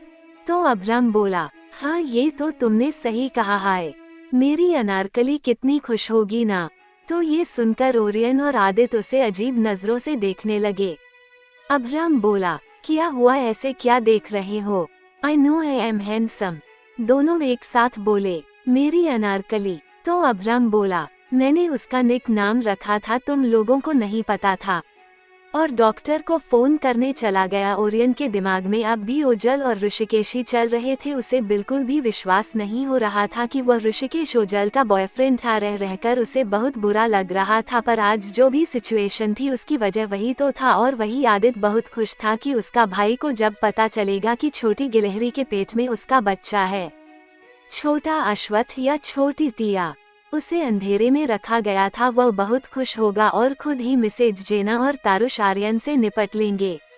तिया ने डिनर रेडी कर लिया था और उसी वक्त दादाजी भी उत्तराखंड से वापस आ गए। उन्हें एयरपोर्ट रिसीव करने के लिए व्योम गया हुआ था। दादाजी खाने की खुशबू सूंघकर बोले, इतनी अच्छी खुशबू आ रही है खाने की, और जल्दी से छोटे से बच्चे की तरह खुश होकर डाइनिंग टेबल के पास आ गए और एक बर्तन का ढक्कन उठाया ही था कि तिया बोली, दादाजी पहले आप फ्रेश होकर आइए फिर। दादाजी तिया को मक्खन लगाते हुए बोले, अरे बेटा तुमने इतना अच्छा खाना बनाया है ना, मेरा तो मन अभी खाने का कर रहा है, बाद में मेरे लिए नहीं बचा तो मुझे अच्छे से पता है मेरा छोटा पोता कितना भुक्कड़ है, और ये लोग भी इतने भुक्कड़ है कि तुम्हारे हाथों से बना खाना छोड़ दे, ये तो हो ही नहीं सकता। मैं खाना खाने के बाद फ्रेश हो जाऊंगा। ये सुनकर तिया उन्हें आंखें दिखाते हुए बोली, दादाजी आप जाइए, पहले फ्रेश होकर आइए, मुझे नहीं पता, मैं आपके लिए दोबारा खाना बना दूंगी। दादाजी ने उसे हेल्पलेस होकर देखा। तिया ऑर्डर देने के लहजे में बोली, दादाजी जाइए, मैंने कहा ना, पहले आप फ्रेश होकर आइए फिर। दादाजी की ऐसी हालत देखकर अंश और व्योम मुंह दबाकर हंसने लगे। दादाजी ने उन्हें घूर कर देखा और अपनी छड़ी दिखाते हुए बोले, खबरदार, जो किसी ने पूरा खाना खाया तो सबको इसी छड़ी से मार मार कर भगा दूंगा। तो अंश और व्योम की हंसी बंद हो गई। तिया को दादाजी की ऐसे बच्चों जैसी हरकतें देखकर बहुत हंसी आ रही थी। दादाजी मुंह बनाकर चले गए। अंश और व्योम खूब हंसने लगे। तिया उनको देखकर बोली, कोलगेट का प्रचार प्रसार करना बंद करो और जाकर आप लोग भी फ्रेश होकर आइए, नहीं तो आप दोनों को खाना खाने नहीं मिलेगा। दोनों भी हंसना छोड़कर अपने रूम की तरफ भाग गए। सब लोग डिनर करने के लिए आ गए। अश्वत्थ के चेहरे पर 12 बजे हुए थे, क्योंकि जब से अश्वत्थ घर आया था तिया ने उसे बस इग्नोर ही किया था, और मिराज के चेहरे पर 12 बजे थे क्योंकि उसे उसकी मम्मी ने घर निकाला दे दिया था। अश्वत्थ और मिराज दोनों का मुंह लटका हुआ था। दादाजी दोनों को देखकर बोले, तुम दोनों मैरिड मैन ऐसे दूसरे देवदास क्यों बने हो? Any problem? अभरम झट से बोला। दादाजी, मेरी अनारकली का पता नहीं, पर मीर को घर निकाला दे दिया गया है। अश्वत्थ अभरम को घूर कर देखने लगा। सब बोले, अनारकली? अभरम बोला, अपना अश्वत्थ और कौन? अश्वत्थ बोला, I am not your Anarkali. Aditya बोला, अब मेरे भाई भाभी के अनारकली हैं। ये सुनकर अश्वत्थ को खांसी आने लगी। ओरियन बोला, पर मीर सर को घर निकाला क्यों मिला? ये सुनकर मिराज के गले में खाना अटक गया और वह खांसने लगा। ओजस ने जल्दी से उसे पानी पिलाया और उसकी पीठ सहलाने लगा। सब उसे जवाब के लिए देखने लगे। मिराज को समझ नहीं आ रहा था कि क्या कहे। उर्मन बोला, अब कहो भी, या फिर तुम्हें किसी शुभ मुहूर्त का इंतजार है, जल्दी बताओ। मिराज बोला, वो निया और मुझसे गलती हो गई थी ना, उसी वजह से मॉम ने पनिशमेंट दिया है और कुछ नहीं। उसने साफ सफेद झूठ बोल दिया जिस पर आदित्य को यकीन नहीं हुआ। वो अपना ही जेम्स बॉन्ड का दिमाग लगा रहा था।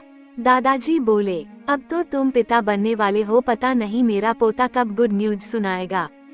ये सुनकर सब अश्वत्थ को ही देखने लगे। तिया भी अश्वत्थ को देख रही थी। अश्वत्थ उसकी आंखों में नाराजगी साफ साफ देख पा रहा था। उसे समझ नहीं आ रहा था, उसे ऐसा क्यों लग रहा था कि कुछ तो हुआ है जो उसे नहीं पता। तिया की आंखें उसे बेचैन कर गई थी। उसका दिल अनजाने में ही किसी डर से कांप गया था। दादाजी बोले, अश्वत्थ तुम कब मुझे गुड न्यूज सुनाओगे? जब सबके बच्चे आ जाएंगे और मैं रेस्ट इन पीस हो जाऊंगा तब। अश्वत्थ एकदम से अचकचा गया और बोला, दादाजी ऐसा कुछ नहीं है, आप ऐसा मत कहिए। I promise you hear the good news soon. दादाजी उसे घूर कर देखने लगे। आदित्य मन में बोला, भाई बस कल सुबह की बात है, फिर आप पूरे दिल से और हक के साथ सबको बताओगे कि you are going to be a father very soon. उद्धरण चिन्ह। तिया ने अपना सिर नीचे कर लिया ताकि कोई उसकी आंखों में आए आंसू को देख ना पाए। अश्वथ को झूठ बोलकर अच्छा नहीं लग रहा था और वहीं अंश और ओजल समझ रहे थे कि दादाजी का बर्थडे आ रहा है तो उनके लिए सरप्राइज्ड है। ओरियन भी आज परेशान हो गया क्योंकि ओजल जो हमेशा ओरियन को कनखियों से निहारती रहती थी, आज उसने ओरियन को आंख उठाकर भी नहीं देखा, जो ओरियन के दिल को जलाने के लिए काफी था। डिनर करने के बाद सारे जेंट्स किचन में बर्तन साफ करने लगे। आदित्य बोला, सच सच बताना मीर भाई, निकाले जाने की वजह ये नहीं है ना? सब अच्छे से जानते थे आदित्य किसी जर्नलिस्ट से कम नहीं था। वो छोटी सी छोटी चीज के बारे में भी तहकीकात करता था। एक तरह से कहा जाए तो गड़े मुर्दे उखाड़ना उसका शौक था और दूसरों के मामले में टांग अड़ाना तो वह अपना जन्म सिद्ध अधिकार ही मानता था। जितना इंसान को खुद के बारे में पता नहीं होता था उतना तो उसे पता होता था। एक तरह से वह बातूनी और घर का खबरीलाल था। उसके पास सबकी खबर होती थी और दो लोगों का क्यूपिड बनना उसका फेवरेट काम था, भले खुद सिंगल क्यों ना हो। मिराज बोला, तुम अपना दिमाग ना ही लगाओ तो अच्छा होगा। उसे अब गुस्सा आ गया था। व्योम बोला, क्या हुआ? हमारे लीगल एडवाइजर साहब इतना क्यों भड़क रहे हैं? ओरियन जो एक ही बर्तन को ना जाने कितनी ही बार डिश सोप से धो रहा था। ओरमन बोला, ओ सिल्वर हेयर मॉन्स्टर, आपका ध्यान कहाँ है? किसके ख्यालों में गुम? ओरियन बेख्याली में ही बोला, वो मुझे इग्नोर कर रही है। क्या सिर्फ लड़कियां ही नखरे दिखा सकती हैं? हम लड़के क्यों नहीं? सब उसे हैरान होकर देखने लगे कि वो किसके प्यार में देवदास बनकर उदास हो गया है। आदित्य कुछ सोचकर बोला, उफ, मैंने कहा था ना अपनी लव स्टोरी का क्यूपिड खुद बनना, पर अब मुझे ही बनना पड़ेगा। तुम भी इन दोनों की तरह हो। और अश्वथ और मिराज को पॉइंट किया और बोला, फिर भी तुम सबको समझ नहीं आती, तुम लोगों को मुझ पर तरस नहीं आता। देखो मेरे इन छोटे छोटे कंधों पर तुम सबकी शादी करवाने की जिम्मेदारी है। तुम सब खुद अपनी लव स्टोरी की नया पार नहीं लगा सकते क्या? उसको पार ले जाने के लिए तुम सबको मैं चाहिए होता हूँ। अगर मैं तुम लोगों को क्यूपिड बनूंगा तो मैं अपनी शादी कब करूंगा?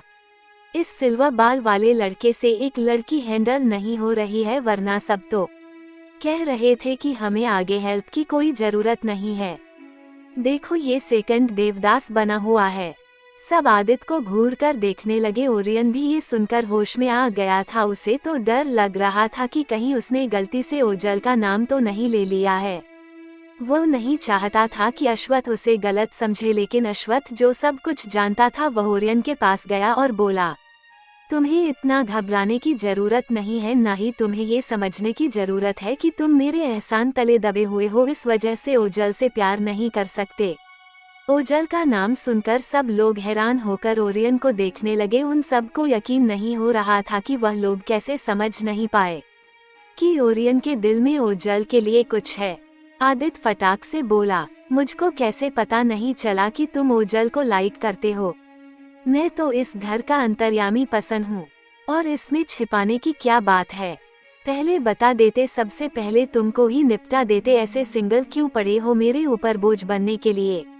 ओरियन बोला, बॉस मैं ऐसे कैसे कर सकता था? ओजल मैम। ये सुनकर अभ्रम बोला, पहले तो उसको मैम बोलना बंद कर, शादी के बाद भी उसको मैम ही कहोगे, जैसे मेरी अनारकली की छोटी गिलहरी कहती रहती है। Yes sir, no sir, I am sorry sir. तुम भी बोलना yes ma'am, no ma'am. Ashwath चिढ़ते हुए बोला, मैं तुम्हारी कोई अनारकली नहीं हूँ, मेरा नाम अश्वथ है। ऐसे फालतू के नाम रखना बंद करो। क्या लड़की का नाम रख दिया है? मुझे अनारकली कहना बंद करो। अभ्रम बोला, अरे तुम मेरी अनारकली हो, तुमको अनारकली नहीं बोलूंगा तो क्या बोलूंगा? ये सुनकर अश्वथ और ज्यादा चिढ़ गया और बोला, अकेले में बोलते थे तो बोलते थे, सबके सामने बोलकर मेरी बेइज्जती करना जरूरी था। ये सुनकर अभ्रम बोला, अरे इसमें बेइज्जती कहाँ है? अच्छा नाम तो है अनारकली। हाय मेरी अनारकली। ओरमन बोला, तुम लोग सलीम और अनारकली चुप हो जाओ, पहले ओरियन का मैटर सॉल्व करते हैं। हाँ तो भाई तू ऐसे सेकंड देवदास क्यों बना हुआ है?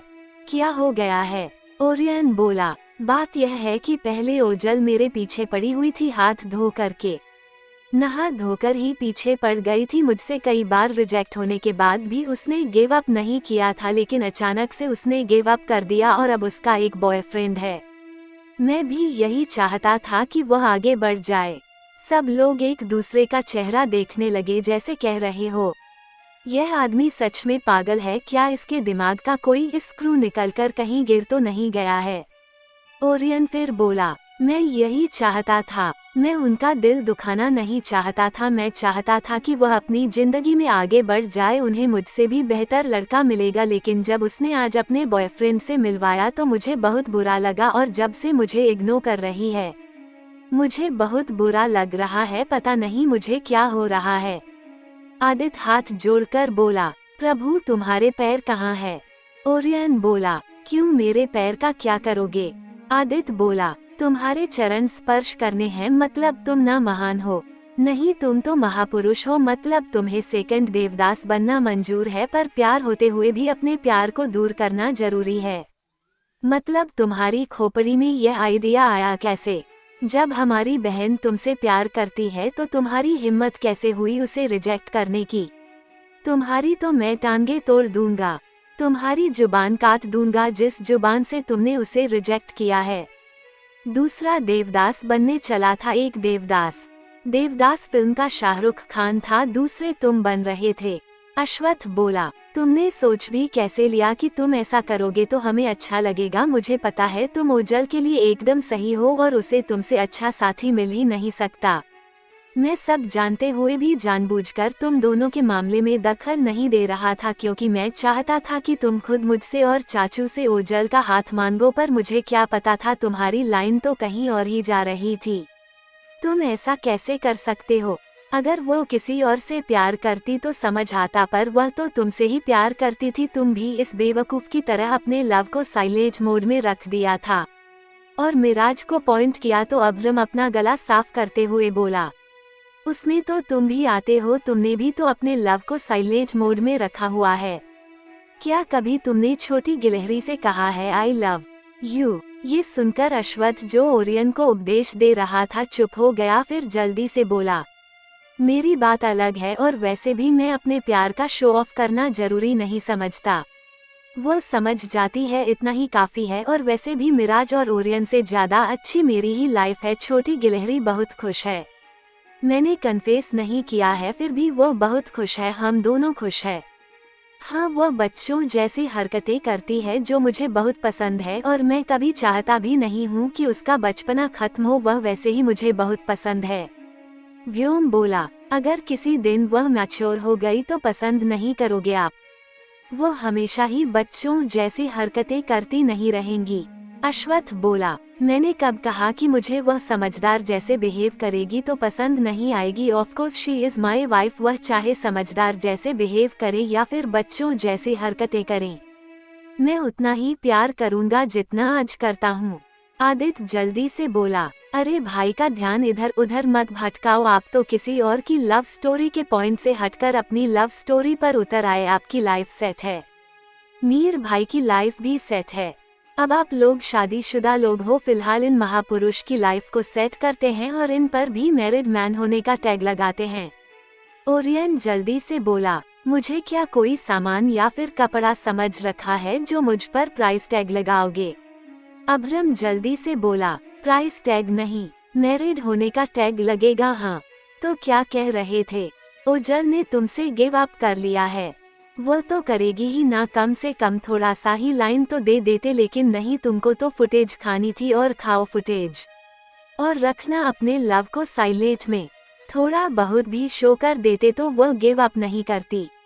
अश्वत्थ को अब सब लोग देखने लगे क्योंकि अब वही कुछ कर सकता था। अश्वत्थ कुछ सोचते हुए बोला, तुम्हें कैसे पता चला कि उसका कोई बॉयफ्रेंड है? ओरियन जल्दी से बोला, मैं मीटिंग के लिए रेस्टोरेंट में गया था, वहीं वो भी अपने बॉयफ्रेंड के साथ थी, उसने मुझे देखा और फिर अपने बॉयफ्रेंड से मिलवाया। ओजस बोला, हैंडसम था, गुड लुकिंग, हॉट, क्यूट। सब उसे ही देखने लगे क्योंकि ओजस लड़कियों की तरह पूछ रहा था कि वह लड़का हैंडसम था कि नहीं, हॉट था कि नहीं। ओजस उनके ऐसे देखने से एकदम से अचकचा गया और बोला, मैं तो बस पूछ रहा था कि तुम्हें टक्कर देने वाला है या फिर चाय कम पानी है। ओरियन बोला, हाँ हैंडसम है, ओजल मैम शायद उसे अच्छे से जानती है। आदित्य बोला, ओजल ने तुम्हें उससे मिलवाया? तो उसका क्या नाम है? ओरियन बोला, ऋषिकेश बत्रा, यही नाम है उसका। ये सुनकर सब लोग एक दूसरे का चेहरा देखने लगे, फिर हंसने लगे। ओरियन उन्हें बेवकूफ की तरह देखने लगा कि उसने कोई जोक सुना दिया है क्या जो वह लोग हंस रहे हैं। ओरमन बोला, ओरियन आदित्य सही कह रहा था, तुम्हारे चरण कहाँ है? मुझे तुम्हारे चरण स्पर्श करने हैं। मतलब ओजल ने कह दिया कि वो उसका बॉयफ्रेंड है और तुमने मान भी लिया। ओह माय गॉड, ओजल ने तुमसे गिव अप नहीं किया है, समझे? ओजल यतीश अंकल की बेटी है, वो तुमको अपने हाथ से जाने नहीं देगी, वह बस तुम्हें इग्नोर कर रही है। और जहाँ तक बात बॉयफ्रेंड की है तो वह तुम्हारे होते हुए किसी और को बॉयफ्रेंड क्यों बनाएगी? ओरियन नासमझी में बोला, पर उसने तो बताया कि ऋषिकेश बत्रा उसका बॉयफ्रेंड है, उसे वह डेट कर रही है। मिराज उसके सिर पर चपत लगाते हुए बोला, बेवकूफ, सिल्वर हेयर वाले मॉन्स्टर, उसने तुम्हें बुद्धू बनाया। ऋषिकेश बत्रा उसका फ्रेंड है। ऋषिकेश बत्रा की ऑलरेडी गर्लफ्रेंड है जिससे उसकी एंगेजमेंट हो रखी है। जरूर तुमने ओजल को गुस्सा दिलाया होगा और उसने गुस्से में कह दिया होगा तुम ना अश्वथ और मुझसे भी गए गुजरे हो, खुद ही अपने प्यार को दूर कर रहे थे। ओरियन को अब पूरी बात समझ में आ गई। हर वह अपनी बेवकूफ़ी पर झेप गया और जल्दी से अपने हाथ साफ करके किचन से भाग गया। अब उसे ओजल की खबर लेनी थी क्योंकि उसे अश्वथ से ग्रीन सिग्नल मिल गया था। अब उसे किसी बात की टेंशन नहीं थी। सब लोग उसकी इस हरकत को देखकर हैरान रह गए और मुस्कुराने लगे। आदित्य बोला, अब एक और सिंगल लोगों की ग्रुप में से मेंबर कम होने वाला है, जल्दी जल्दी अपने लिए गर्लफ्रेंड खोज लो और सिंगल का टैग अपने ऊपर से हटाओ। अब मैं भी अपने सिंगल ग्रुप से इसका नंबर हटा देता हूँ। मैंने ऑलरेडी भाई और मीर भाई का नंबर हटा दिया है। अब्राम बोला, सिंगल ग्रुप मतलब? आदित्य बोला, अरे अपना व्हाट्सएप ग्रुप जिसमें हम कभी कभी बात करते हैं, जिसका एडमिन मैं हूँ। ओजस बोला, हम में से कोई बात नहीं करता है, वह अकेले तुम होते हो जो पागलों की तरह मैसेज करते रहते हो, वहाँ पर तुम अकेले अकेले ही बात करते हो। ये सुनकर आदित्य ने सबको घूर कर देखा और बोला, हाँ क्योंकि तुम सब मुझसे बात नहीं करते, मैंने वह ग्रुप बनाया था, कम से कम हाय हेलो ये ही बोल देते, लेकिन नहीं, तुम लोग तो खोलकर भी नहीं देखते होगे, तभी तो तुम लोगों को ग्रुप का नाम भी नहीं पता। सिंगल ग्रुप नाम है, समझे? अब से जो लोग सिंगल है वह मेरे मैसेज का रिप्लाई देंगे, वरना मैं किसी की शादी नहीं कराने वाला, ना ही मैं उनकी लव स्टोरी का क्यूपिड बनने वाला हूँ। मुझे ये सब करना पड़ता है, सबसे छोटा हूँ, सारी जिम्मेदारी तो मेरे ही कंधों पर है। तुम लोग मेरी शादी कराते, पर यहाँ पर तो मैं ही तुम लोगों की लव स्टोरी की नया पार लगवा रहा हूँ। सब सिंगल से डबल हो जाओगे, उसके बाद में सबसे अपना फीस लूंगा, सब मुझको पैसे देना, मैं अपना फीस नहीं छोड़ने वाला और कोई कंजूसी नहीं करेगा, वरना उसे मेरी हाय लगेगी। तुम लोगों को नरक में क्या, नरक से बाहर भी जगह नहीं मिलेगी। और मुझे छोटा सा बच्चा समझ चूना लगाने की तो बिल्कुल भी मत सोचना, फिलहाल तो मुझे अपनी लव स्टोरी पर ध्यान देना है।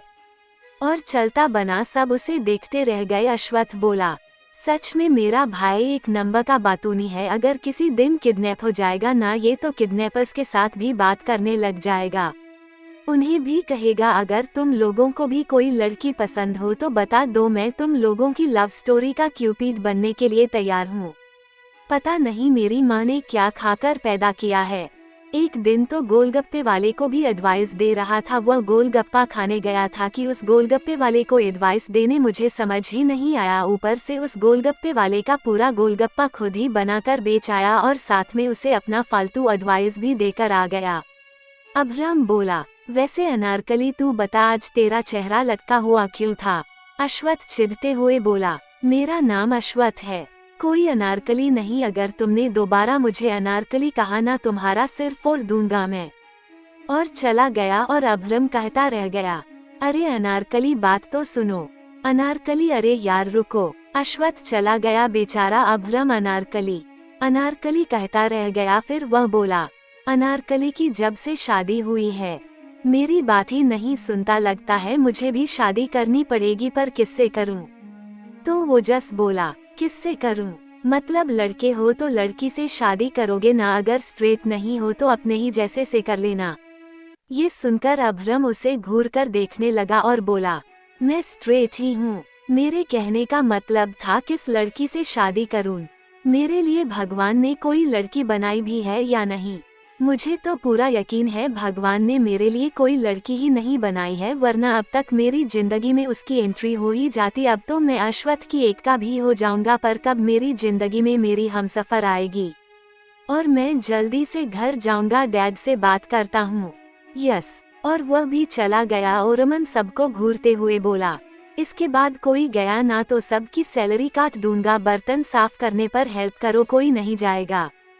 फिर सब लोग किचन का काम निपटाने लगे। ओरियन और ओजल की कमरे के बाहर रुक गया। आया तो था भागकर और पूरे जोश के साथ, पर अब उसका जोश फुरार हो गया था। वह डोर पर नॉक करने से भी डर रहा था। उसने एक गहरी सांस ली और डोर नॉक किया। ओजल की आवाज सुनाई दी, कम इन। ओरियन अंदर गया। ओजल स्टडी कर रही थी जब उसने कौन आया है ये देखने के लिए सिर घुमाया। वह ओरियन को देखकर हैरान रह गई, पर जल्द ही अपनी नजरें फेर ली और बोली, What happened? अपने रूम का रास्ता भूल गए क्या आज चीफ? ओरियन की हार्ट बीट तेज हो गई थी। वह अपने हाथों की उंगलियों को फंसाकर सोच रहा था कि क्या कहे। वह बोला, मैम वो। ओजल उसे शांति से देखकर बोली, चीफ तुम कोई स्टूडेंट नहीं हो और न मैं कोई टीचर।